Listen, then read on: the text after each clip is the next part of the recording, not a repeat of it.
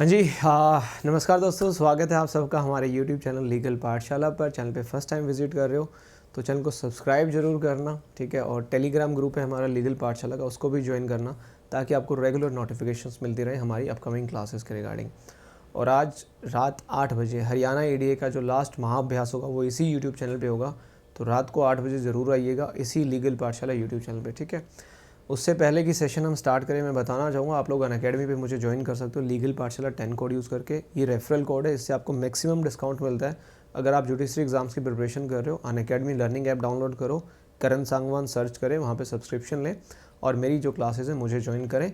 अगर आप 31 जुलाई से पहले अनअकैडमी पे सब्सक्रिप्शन लेते हैं तो आपको 35% डिस्काउंट मिल रहा है। 31 जुलाई से पहले अगर आप लेंगे सब्सक्रिप्शन तो 35% डिस्काउंट मिलेगा by using this code legal पाठशाला 10 कोड।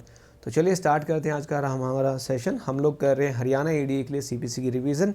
ADA का एग्ज़ाम परसों है, ठीक है, और मैं कोशिश कर रहा हूँ कि CPC कंप्लीट करवा दूँ कैसे ना कैसे आप लोगों को द मोस्ट रेलेवेंट प्रोविजंस के साथ में। सो लास्ट लेक्चर में हम ऑर्डर नंबर 32A तक कर चुके हैं। इस सेशन में हम ऑर्डर नंबर 33 से स्टार्ट करेंगे, जो कि अपने आप में काफ़ी इंपॉर्टेंट ऑर्डर है क्योंकि ये बात करते हैं सूट बाय इंडिजेंट पर्सन्स। देखिए, इंडिजेंट पर्सन कई बार हम इसको पॉपर भी बोल देते हैं।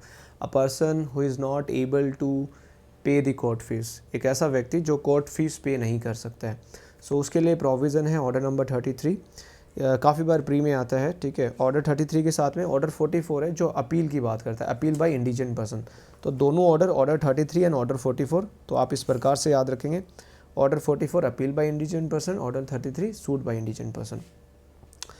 नाउ ऑर्डर 33 का रूल 1 प्री के लिए बहुत इंपॉर्टेंट है। सबसे पहले बताता है suit may be instituted by indigent persons. Indigent person जो है सूट इंस्टीट्यूट कर सकते हैं। अब यहीं पे बताया गया कि इंडिजेंट पर्सन कौन होगा, यहाँ से प्री में क्वेश्चन आता है। बड़ा सिंपल सा कंसेप्ट इन्होंने बताया है, कोई भी एक ऐसा व्यक्ति जिसके पास सफिशिएंट मीन्स नहीं है। उन चीज़ों को छोड़ दो जो आपके जैसे सेक्शन 60 आपने पढ़ा था अटैचमेंट का, ठीक है। काफ़ी सारी ऐसी प्रॉपर्टी जो ऑलरेडी एग्जाम्प्टेड है कि आप उसको अटैच नहीं कर सकते हो, उस प्रॉपर्टी को छोड़ दो। और सूट के अंदर जो मैटर है, जो सब्जेक्ट मैटर इन्वॉल्व है, उसको छोड़ दो, ठीक है।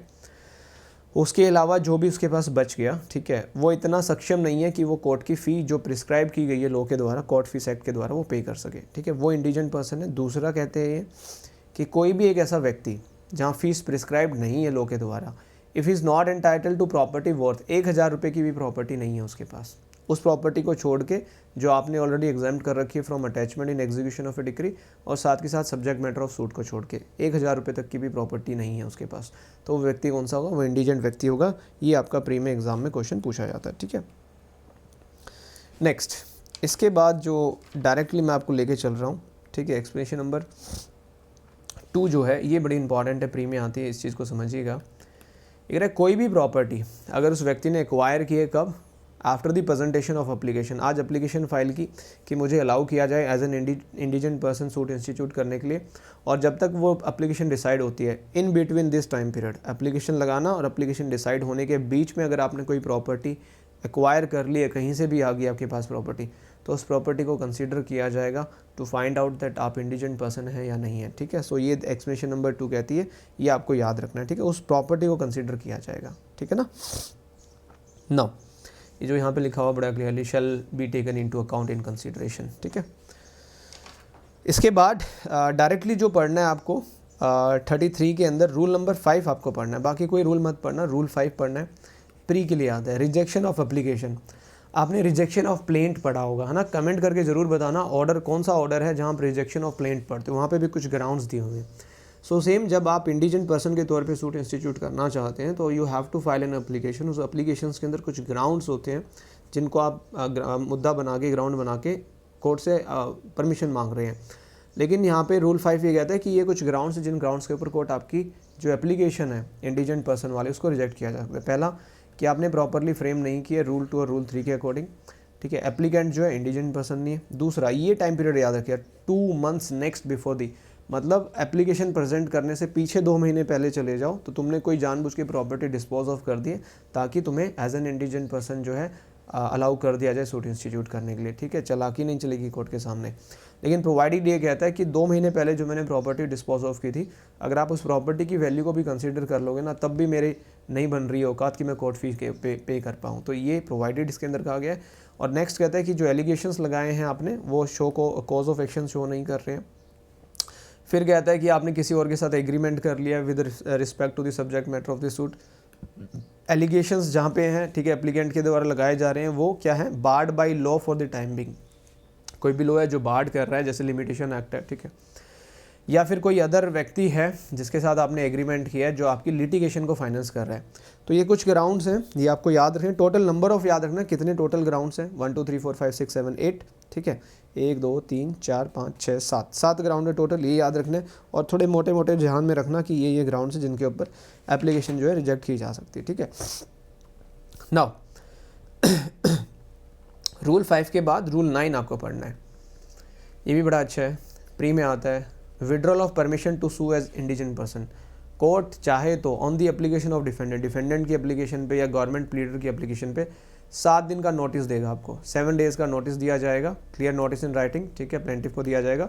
और जो आपको परमिशन हमने ग्रांट की है कि आप इंडिजेंट पर्सन के तौर पे सूट इंस्टीट्यूट कीजिए, उसको विड्रॉ किया जा सकता है। किस ग्राउंड के ऊपर, वैक्सीशियस और इम्प्रॉपर कंडक्ट रहा है आपका during the course of suit, ठीक है, अपीयर हो रहा है कि आप नॉट टू कंटिन्यू, कि आप as an indigent person continue नहीं कर सकते प्रोसीडिंग्स को, या फिर आपने किसी के साथ एग्रीमेंट कर लिया है regarding the subject matter of the suit. ये 3 ग्राउंड है विड्रॉ करने के, रिजेक्शन के साथ थे 3 ग्राउंड है विड्रॉ करने के परमिशन को, ठीक है।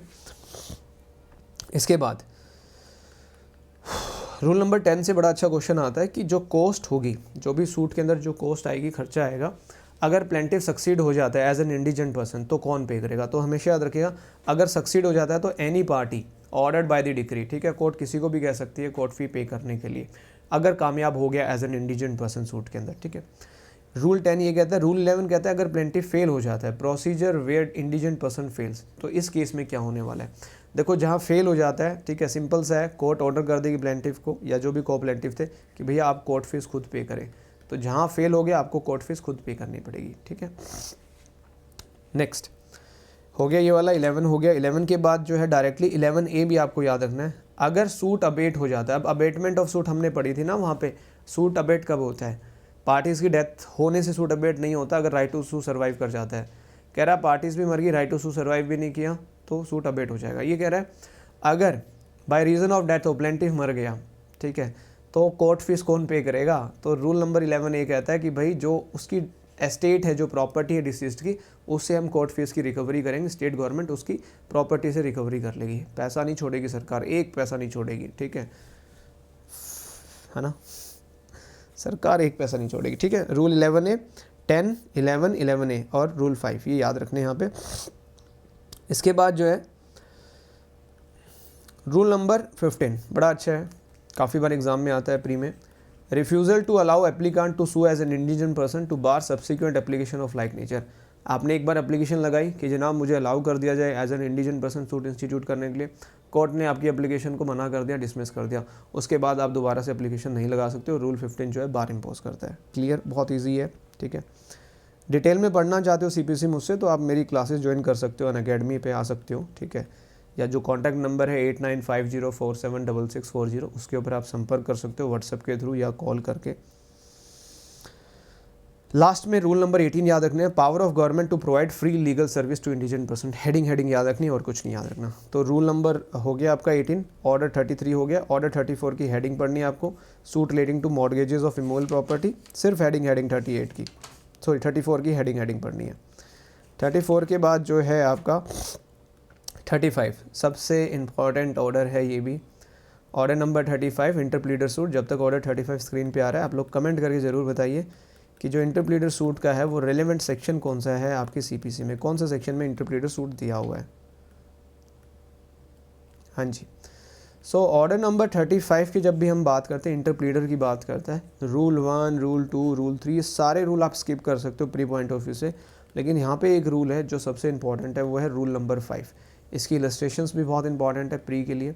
जनरली कहता है कि एजेंट्स और जो टीनेंट्स हैं वो इंटरप्लीडर सूट इंस्टीट्यूट नहीं कर सकते हैं, वो इंस्टीट्यूट नहीं कर सकते, लेकिन इसकी एक्सेप्शन भी है, ठीक है। Other than person claiming through such principal and landlords, ठीक है, उनके थ्रू अगर कोई क्लेम कर रहा है तो कर सकता है। ये दोनों ही इलस्ट्रेशन पढ़ लेना, दोनों ही बहुत इंपॉर्टेंट इलस्ट्रेशन है। ये दोनों इलस्ट्रेशन जो है इस चीज़ के ऊपर है, ये जो है ना other than person making claim through such principals and landlords, दोनों इलस्ट्रेशन बहुत इंपॉर्टेंट है। जनरली याद रखिएगा एजेंट एंड टेनेंट्स जो हैं they are not allowed to file an interpreter suit, ठीक है, अगेंस्ट द लैंडलॉर्ड और द प्रिंसिपल। बस ऑर्डर 35 में यही पढ़ना है। ऑर्डर 36 प्री के लिए हेडिंग आपको पढ़नी, ओनली हेडिंग, स्पेशल केसेस, सिर्फ और सिर्फ हेडिंग पढ़नी है। यहाँ पे एक अच्छा क्वेश्चन आता है, ठीक है, स्पेशल, देखो ये बड़े फ्रेंडली मैटर्स होते हैं, जैसे आपने सेक्शन 90 पढ़ा था ना, फ्रेंडली सूट्स हैं, ठीक है, पार्टीज जो क्लेम कर रही है कि कोर्ट खुद डिसीजन दे दे इस इशू के ऊपर, ठीक है। अब यहाँ पे एक अच्छा है, अगर ऑर्डर 36 में कोई डिसीजन आता है, जैसे रूल नंबर 5 में केस को डिस्पोज ऑफ किया जा रहा है, here and disposal of the case. अब ऑर्डर 36 में डील किया हुआ केस, रूल 6 कहता है कि उसकी अपील नहीं जाएगी। सो हमेशा याद, no appeal shall lie from a decree passed under rule 5। अगर ऑर्डर 30 स्पेशल केस के तौर पे किसी सूट को डील किया गया है और वहाँ पे जो डिक्री आई है उसकी अपील फाइल नहीं होगी, ये याद रखिएगा, यहाँ पे बार इम्पोज किया गया है। सेक्शन 96 पढ़ते हो ना, वैसे तो सारी डिक्री जो है अपीलेबल है, लेकिन वहाँ पे लिखा हो सेव एज अदरवाइज, तो यहाँ पे सेव किया गया कि ये अपील नहीं होगी इस डिक्री की। नाउ ऑर्डर नंबर 36 के बाद 37, वेरी वेरी इंपॉर्टेंट। ऑर्डर 37 बहुत इंपॉर्टेंट है प्री के लिए, समरी प्रोसीजर की बात करता है। हर एक सूट को समरली ट्राई नहीं किया जाएगा, जैसे आप सीआरपीसी में पढ़ते हो, कुछ ही सिलेक्टेड हैं जिनका समरी ट्रायल होता है। मैक्सिमम पनिशमेंट बताइए कितनी है समरी ट्रायल में, जो सीआरपीसी में आपने पढ़ा है, कहाँ से कहाँ तक दिया समरी ट्रायल, वैसा ही यहाँ पे समरी प्रोसीजर। देखो कौन सी कोर्ट्स हैं जो ट्राई कर सकती हैं, हाई कोर्ट है, सिटी सिविल कोर्ट है, कोर्ट ऑफ स्मॉल कॉजेज, 3 तो याद रखनी और अदर कोर्ट्स, ठीक है। अब यहाँ पे आपको एक चीज़ याद रखनी है कि कौन कौन से सूट्स हैं, क्लास ऑफ सूट्स हैं जिनको समरली ट्राई किया जा सकता है, जैसे suit upon bill of exchange, hundis, promissory note, ठीक है, ये सारे रिटर्न कॉन्ट्रैक्ट हैं, ये सारे आपको याद रखने हैं, ये वाले, इनका समरी ट्रायल हो सकता है, बाकी का समरी ट्रायल नहीं होगा। बस रूल नंबर 1 ही यहाँ पे इंपॉर्टेंट है, बाकी हेडिंग बेस्ड क्वेश्चन आपसे पूछा जाता है कि समरी प्रोसीजर से रिलेटेड कौन सा आपका ऑर्डर है, ऑर्डर नंबर 37। अब ऑर्डर नंबर 37 के बाद आ जाइए ऑर्डर नंबर 38 पे। देखिए order number 38 again very very important for pre, 2-3 question यहाँ से बनते हैं। एक तो डायरेक्ट ऑर्डर बेस्ड आता है, ये बात करता है अरेस्ट की एंड अटैचमेंट की, जजमेंट आने से पहले। देखो जजमेंट आने से पहले क्यों किया जाएगा, सिंपल सा कंसेप्ट होता है, जब कोर्ट को ऐसा नज़र आने लग जाता है कि ये जो है बदमाशी करने वाला है, जजमेंट आने से पहले इसकी प्रॉपर्टी को अटैच कर लो, अदरवाइज ये डिक्री को एग्जीक्यूट नहीं होने देगा, प्रॉपर्टी को डिस्पोज ऑफ करके भाग जाएगा या खुद भाग जाएगा, ठीक है।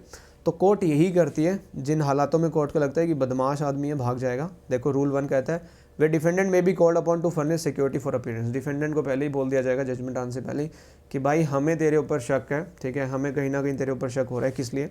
देखो intent to delay the plaintiff, avoid करना चाहता है तो कोर्ट की प्रोसेस को, या ऑब्स्ट्रक्ट और डिले करना चाहता है एग्जीक्यूशन ऑफ एनी डिक्री, मैंने पहले ही बता दिया था, ठीक है। आप भागना चाहते हो, लोकल लिमिट्स को छोड़ना चाहते हो, ठीक है, कोर्ट की, या फिर आप डिस्पोज ऑफ करना चाहते हो या लोकल लिमिट से कोई भी प्रॉपर्टी या कोई भी प्रॉपर्टी का पार्ट उसको आप बाहर लेके जाना चाहते हो ताकि कोर्ट की जुरिडिक्शन ना बने, या फिर डिफेंडेंट जो है इंडिया को छोड़ के भागना चाहता है, तो उन केसेस में प्रिकॉशनरी मेजर के तौर पे कोर्ट जो है यहाँ पे ऑर्डर नंबर 38 को यूज़ करते हुए यहाँ पे ऑर्डर पास करती है अरेस्ट बिफोर जजमेंट, जजमेंट आने से पहले इस बंदे को अरेस्ट कर लिया जाए। अब देखिए यहाँ पे लिखा हुआ है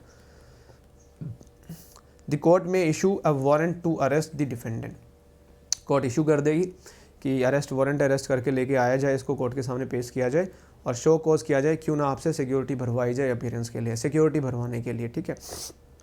आगे कोर्ट यहाँ पे ऑर्डर पास कर देगी कि आपसे सिक्योरिटी भरवानी है हमने, ठीक है। अब जब आप ये देखो रूल 2 में सिक्योरिटी का ऑर्डर पास कर दिया, अब यहाँ पे बड़ा अच्छा कंसेप्ट है, जब रूल 2 में सिक्योरिटी का ऑर्डर पास कर दिया तो रूल 4 प्री के लिए बहुत इंपॉर्टेंट हो जाता है। अगर डिफेंडेंट जो है सिक्योरिटी फर्निश नहीं करता या फ्रेश सिक्योरिटी नहीं लेके आता, ये प्री में आता है रूल 4, याद रखिएगा, बड़े इसके इफेक्ट्स हैं। क्या इफेक्ट्स हैं, देखिए डिफेंडेंट जहाँ कंप्लाई नहीं कर रहा है ऑर्डर 2 से या रूल 3 से या रूल 2 से, तो कोर्ट जो है उसको सिविल प्रिजन में उठा के डाल सकती है। कब तक डाल सकती है, जब तक सूट का डिसीजन ना आ जाए, क्योंकि हमें तो उसकी अपीयरेंस चाहिए थी ना, तो पढ़ा रहे यहाँ पे जरूरत होगी हम बुला लेंगे जब सूट का डिसीजन ना, या फिर मेरे decree is pass against the defendant, या फिर डिक्री पास कर दिए तो डिक्री की एग्जीक्यूशन हो जाए फुलफिल, ठीक है। अब प्रोवाइडेड बड़ा इंपॉर्टेंट है, यहाँ से क्वेश्चन आता है कि कोई भी पर्सन जिसको आप सिविल प्रिजन में डाल रहे हो अंडर दिस रूल, उसको आप मैक्सिमम 6 मंथ्स तक रख सकते हो, 6 महीने से ज़्यादा आप उसको सिविल प्रिजन में नहीं रखोगे।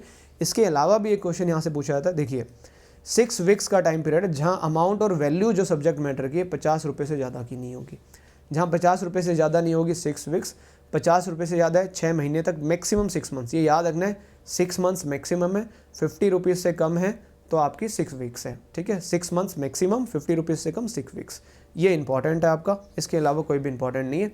प्रोवाइडेड कहता है उस पर्सन को पहले भी हम छोड़ देंगे अगर वो उन ऑर्डर से कंप्लाई कर ले, हमें तो कंप्लाइंस करवानी है इसलिए हमने तेरे को सिविल प्रिजन में डाल लिया, तू पहले ही बात मान लेता तेरे को जेल में डालते ही नहीं हम, खत्म कहानी, ठीक है। अरेस्ट बिफोर जजमेंट हो गया, सेम है attachment before judgement.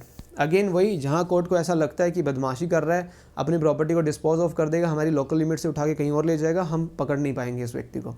Way defendant may be called upon to furnish security for protection of property. सीधी सी बात है, at any stage of the court को ऐसा लगता है एफिडेविट के थ्रू अदरवाइज कि डिफेंडेंट जो है इंटेंट है, ऑब्स्ट्रक्ट करना चाहता है, delay execution of A decree को, डिस्पोज ऑफ करना चाहता है, रिमूव करना चाहता है प्रॉपर्टी, तो कोर्ट यहाँ पे साफ साफ ऑर्डर पास कर देगी कि भैया आपकी प्रॉपर्टी को हम अटैच करने के कंडीशनल ऑर्डर दे रहे हैं, ठीक है, आप आइए सिक्योरिटी सबमिट करवाइए, ठीक है। यहाँ पे देखिए लिखा भी हुआ है ये ना, ये रहा, the court may also in order direct the conditional attachment of all और any of the portion property so specified. जो प्रॉपर्टी स्पेसिफाई की प्लेंटिफ बताएगा कि जनाब ये प्रॉपर्टी इसकी, इसको अटैच कर लो, ठीक है।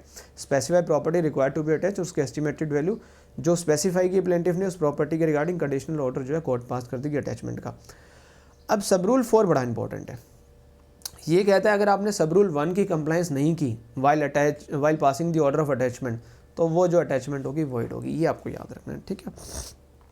जैसे ऊपर सिक्योरिटी वगैरह का है या शो कॉज देना चाहिए था वो नहीं किया तो अटैचमेंट वॉइड हो जाएगी, ठीक है। नाउ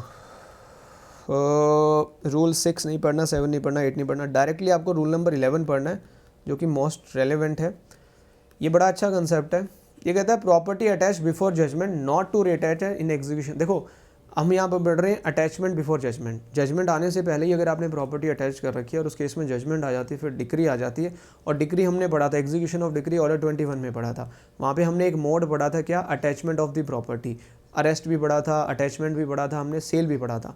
तो ये कह रहा है जहाँ प्रॉपर्टी ऑलरेडी अटैचमेंट में पड़ी है तो दोबारा से रीअटैच करने की रिक्वायरमेंट नहीं है, वही वाली प्रॉपर्टी काम आ जाएगी, ठीक है। तो रूल 11 याद रखिए, where property is under attachment by virtue of provision of this order and a decree is subsequently passed, decree बाद में आ रही है, प्रॉपर्टी पहले ही अटैच कर रखी थी, तो it shall not be necessary upon an application for execution कि दोबारा से रीअटैचमेंट की रिक्वायरमेंट नहीं है, because that particular property is already under attachment, तो आप रीअटैच क्यों कर रहे हो, खामखा के पैसे खराब कर रहे हो, ठीक है।